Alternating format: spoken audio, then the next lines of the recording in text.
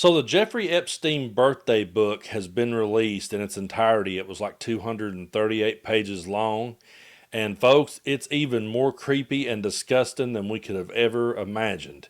We've already talked about the image of the woman, the drawing of the woman, and the words and the signature of Donald Trump. He is denying that those are his words. He says he doesn't talk that way. He's also saying that's not his signature, and he's saying to anyone out there who says that it is, that they're wasting their time.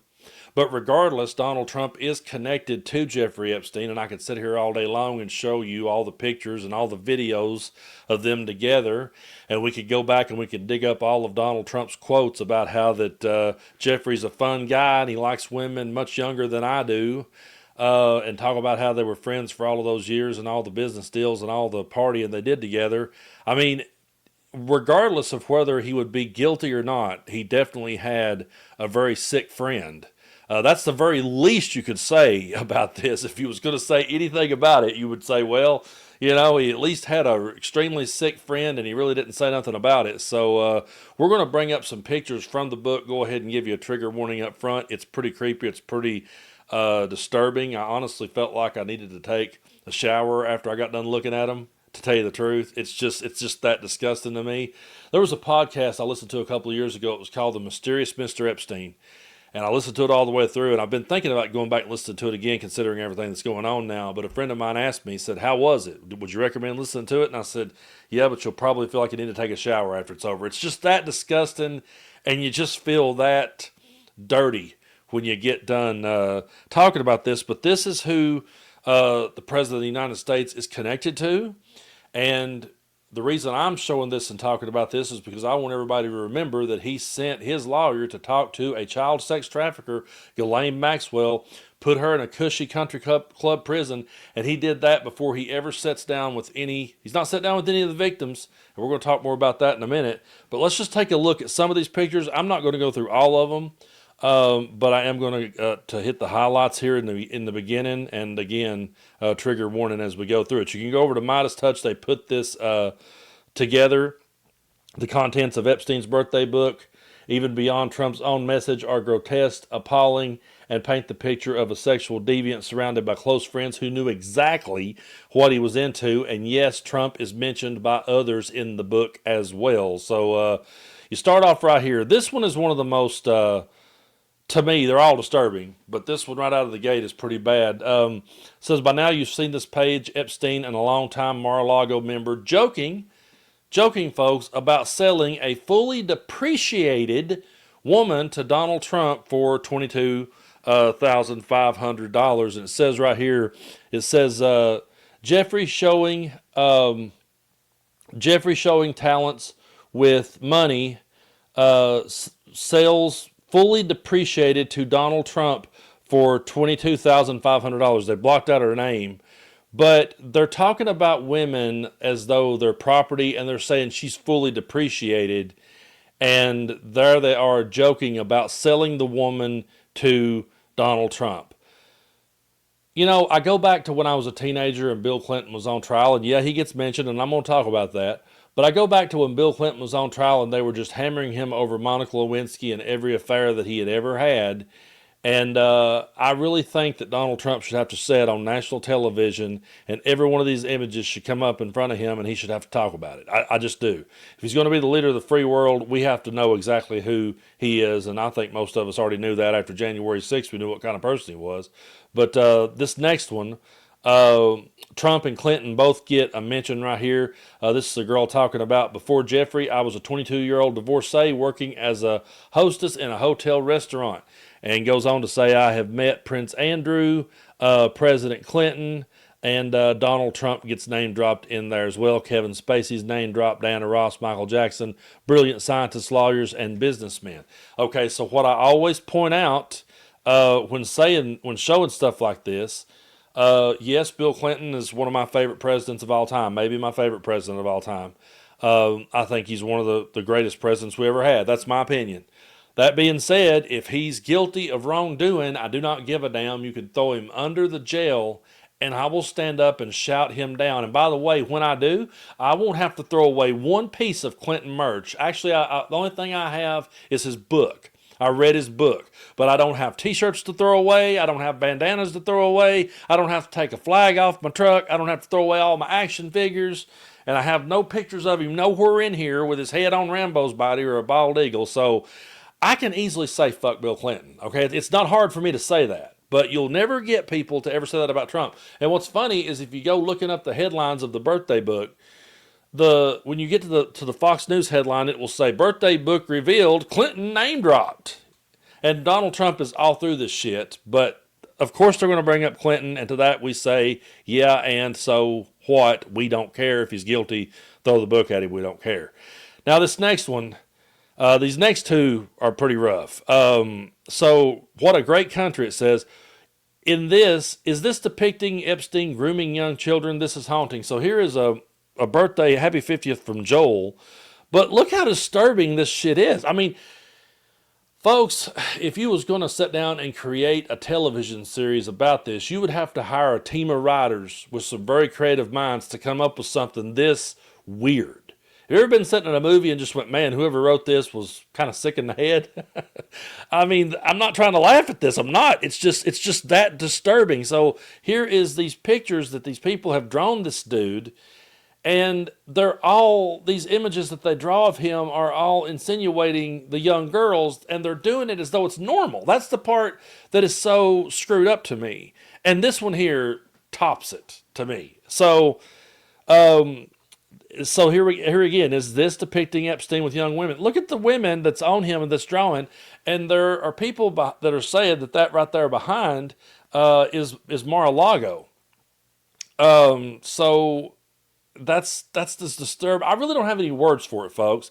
I truly don't. You've got people that drew pictures of this guy getting rubbed down by four women, or four young girls. It's up for debate as to whether those are women. But over here, look over to the left of the screen, 1983, it shows him handing balloons to little girls. I mean, they knew who this dude was. You would have to know who he was for this birthday book to be compiled for this idiot, for this sick, deranged individual. And then you go on here, two very young girls, probable 17, were riding in my father's caddy, Park Avenue, top down, smooching up in the car, drop dead laughing. There's that one. And I'll go through a few more of these. Right here's a picture of Epstein. Says, girls on my boat. We picked up girls on the beach, went out on a boat. I tell them with knife in my hand to take suits off. But Warren tells, don't worry, his name is in. He's just joking. He lives at 50-50, I guess what it's saying. I tell Mark to throw him into the water, and he did. I mean, this is his birthday book. Here's another one. Castaways Volume 1. I was porking some girl in bed, and Jeff brings in the maid to make bed. She left screaming and never came back. We're both in bed porking some girls. I said, what do you think? While he's shoving penicillin down my throat. I'm just going to go ahead and stop right there. You can go look at all the pages if you want to. But I just want to bring this point across. You don't just hang out with a guy like that in that circle of people and those things not be known about.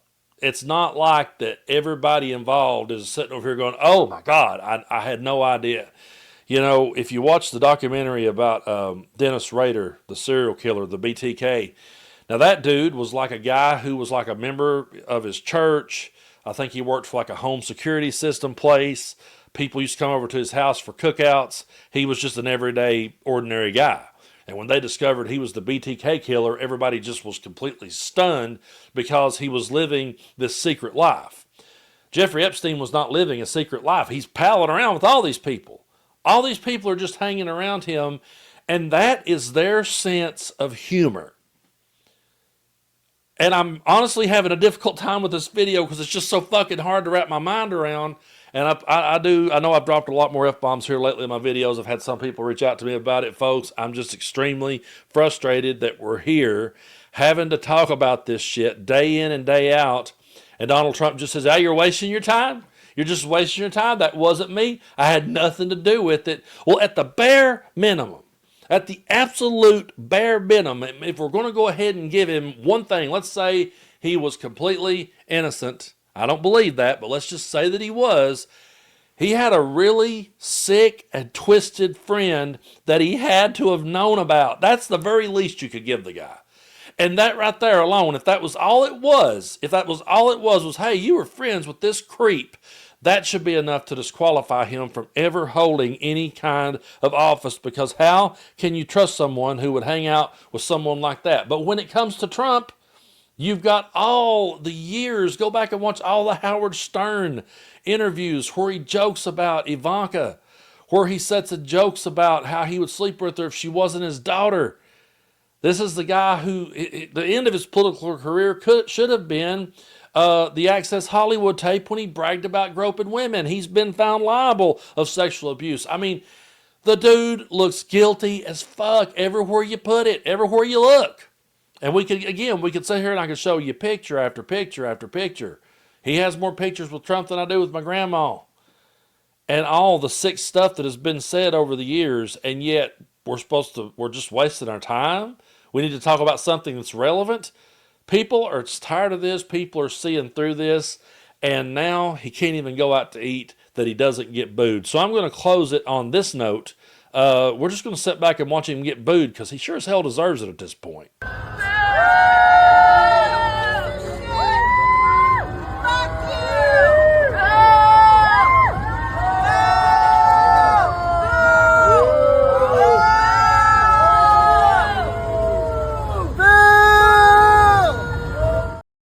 So there he is getting booed and heckled and middle fingers in the air, and it couldn't happen to a nicer guy. And then here he is in the restaurant, and some chants breaks out that Trump is the Hitler of our time right to his face. Dinner. Thank you.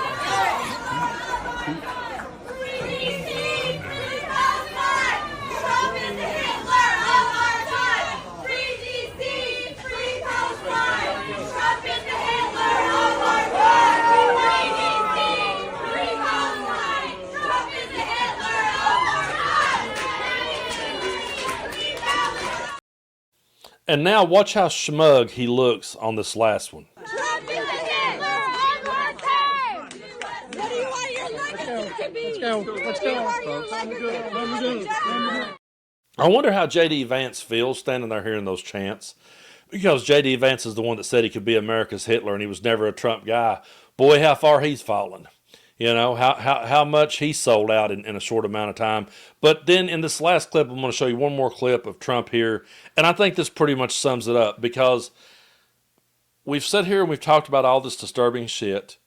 It will not move the needle with certain people in the MAGA movement. They will hang on to Donald Trump and they'll go to that one reference of Bill Clinton and they'll talk about it for 6 months or a year, and they'll never mention all the weird connections that Trump has in the book. But right here, he gets asked if he's going to meet with the victims. Now, remember how Mike Johnson painted it? Oh, he feels so bad. He feels so bad for what happened to these victims. I'm sure he will meet with them because he feels so bad. He's got such a good heart. He's such a compassionate person. But here he is being asked, will you meet with the victims? Take a look at his answer. Will you meet with the Epstein victims? Do you plan to meet with? I don't know about, nobody suggested that. Certainly I don't like that whole situation with respect to anybody being abused or hurt, but I haven't even thought about that. Thank you all very much. Have a good time. Thank you. Yeah, nobody suggested that, and he hasn't even thought about it. He hates what happened, but he hasn't even thought about it. And right now, it's defining his presidency. Right now, his name is all over this, his fingerprints is all over this, and people are demanding answers. We heard from the victims. They stood at the Capitol. They talked about everything that went on in their lives and the courage that it took to stand up there in front of the whole world and spill that out. And then you got influencers over here saying, oh, they were paid to say those things. They're paid to come out now. And you just have the classic line of, well, why are they bringing it out now? What difference does that make? That's the one talking point that I don't understand. If it should, you never hear them. None of them ever says, hey, whoa, wait, hold on. Wait, if he's guilty of this, we don't want nothing to do with this guy. They never say that.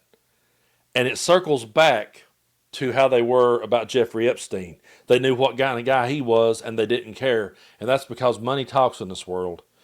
That's because the rich and the powerful, there's two different worlds. There's two different Americas. There is an America for the rich and the powerful, and there is an America for people like us. And I guarantee you, you couldn't take a damn piss that you wouldn't be arrested and you wouldn't be thrown on the ground and you wouldn't be called the worst human being on the planet if you just simply jumped out of your car, jumped a guardrail, and took a whiz, and somebody saw you. I guarantee you they'd bring the long arm of the law down on you like nothing else. But when it comes to Donald Trump and all this, you're just wasting your time. And I didn't play that clip, but that's what he said when he was asked about all this. Well, you're just wasting your time. The sad part is we're going to sit here and talk about this, and the dude is probably going to get right away with all of it. So I still don't consider it wasting our time, though. I will never call it wasting our time. I truly do believe that we're on the right side of history, and we want answers. And we've seen people's political careers ended for way less. And so if this man has done wrongdoings with Epstein, the world deserves to know it, and he doesn't need to be anywhere near any position of power again. And I can say the same thing for Donald Trump, Bill Clinton, any politician. I don't give a damn if they were connected to this dude and they were guilty of wrongdoing and they hurt innocent people. To hell with every one of them. If there's a hell, I hope they go. And that's not about party lines. It's not. It's not about Democrat and Republican. I don't know why this is so hard to understand. But the part that really puzzles me the most is I say to myself, what will be it? What will be the moment? What would it take? Would video footage do? Or would they say it was doctored? I don't know. I'm asking the question. Would it matter? Would it move the needle? Would Mike Johnson, if he opened the door and walked in on Donald Trump caught in the act, would he say anything to us? Or is he that big of a whore for money? This is the craziest story that we've ever covered, and we still haven't seen the files. And you got to think, if you watched this video and you felt nauseous, or you felt creeped out, or you felt weirded out, just imagine how those victims feel. That's pretty much all I got.